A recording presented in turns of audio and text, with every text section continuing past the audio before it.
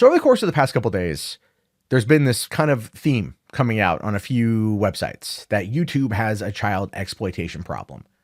And the truth of the matter is, they're right. It does. It absolutely does. In a number of different ways. This is known. This is not unknown. We know about this. People have been complaining about this for a long time, but these stories are becoming more and more and more prominent. And as they become more and more and more prominent, YouTube then gets themselves into a position where they have to act. And YouTube never acts. They always react. And so when they react, it never means anything good. When they react, it ultimately just kind of, well, means all of us get hit in one way or another. And this is a situation where it's going to require a scalpel instead of a nuke, but I don't think we're going to get the scalpel. I think we're going to get the nuke. This last week, a story broke about a woman who had foster kids, who ran a YouTube channel. She got upwards of 250 million views, 250 million views. And then because some of the kids were complaining to her biological daughter about the abuse that they were feeling or facing, that daughter then called in for a wellness check. And when their wellness check came in, oh my God, they discovered rampant amounts of abuse. And this woman has been jailed, and I hope she never sees a light of day again. I mean, she was pepper spraying the genitals of these children. She was locking them away without food or water because they forgot a line. Her punishment levels were cruel and unusual and torturous. And she deserves to never be around kids ever the hell again.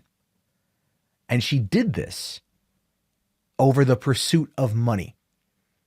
7 Awesome Kids creator, I forget the dude's name right now, he's currently going to jail for molesting a 15-year-old. He pled guilty to it. You have Daddy of 5 openly abusing Cody on camera for laughs.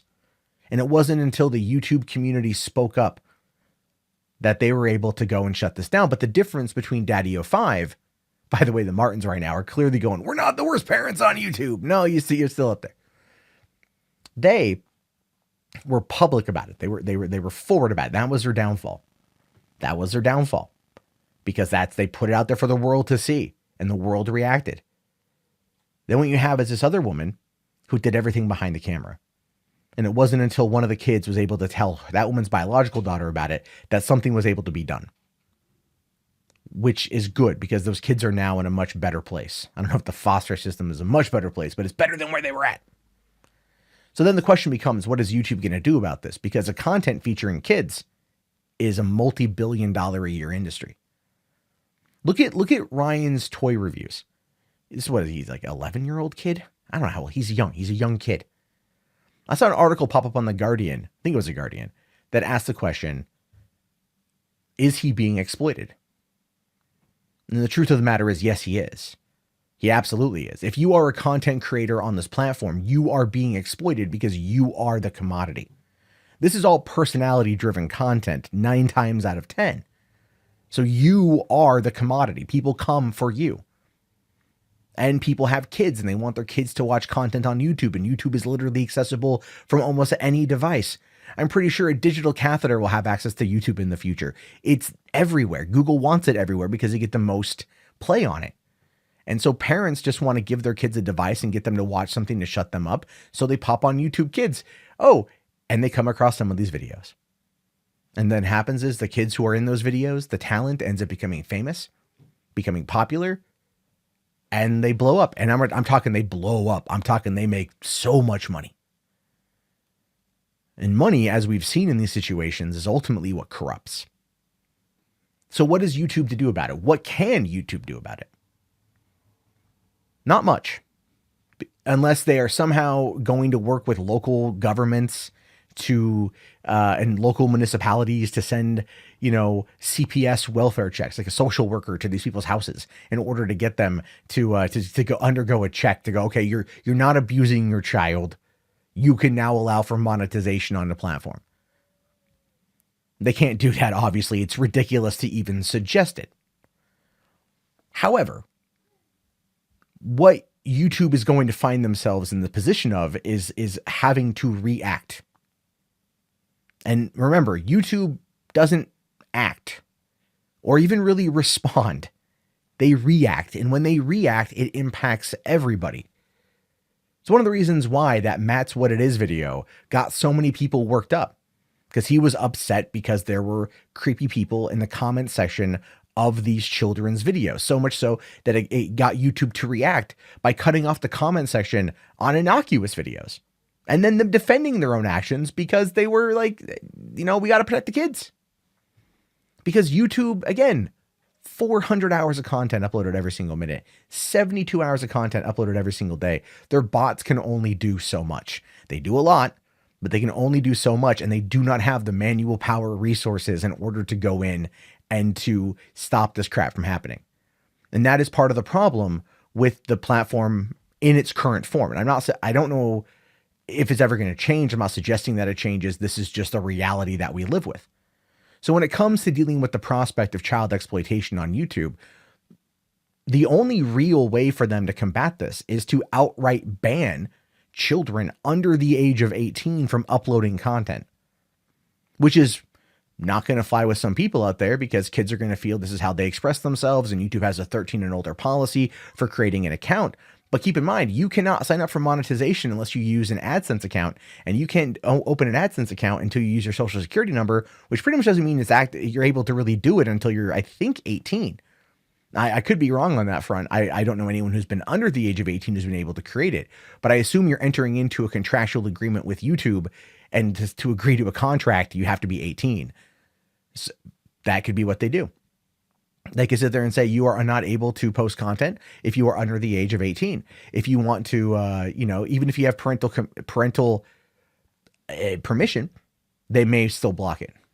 I mean, I don't know if they're ever going to go that far, but if enough advertisers start reacting, again, it's all about reacting here, instead of finding an actual solution to handling these problems, who knows where it's going to go?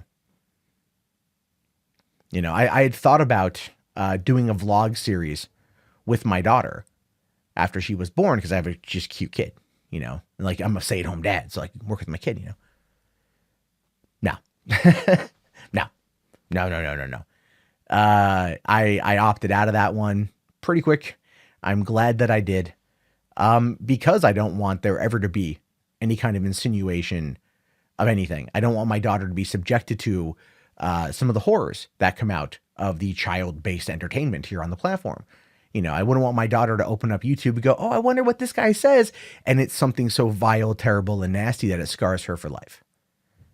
And there are people out there that do that for fun.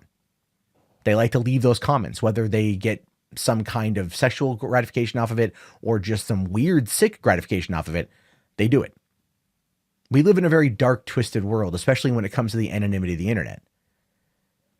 So when it comes to the exploitation behind the camera, that's going to be where YouTube is going to find themselves in a bit of a situation. Now, they're probably not going to do anything for a long period of time. But this situation with this woman and these 7 foster kids, it really does open up a conversation about the quality control of the content. If you go to Hollywood and you're working on set for a children's show or a movie, there are regulations that you have to follow. There are guidelines that you have to follow. There is education assets. These kids who are in this woman, they are pulled out of school for months. They're pulled out of school for months.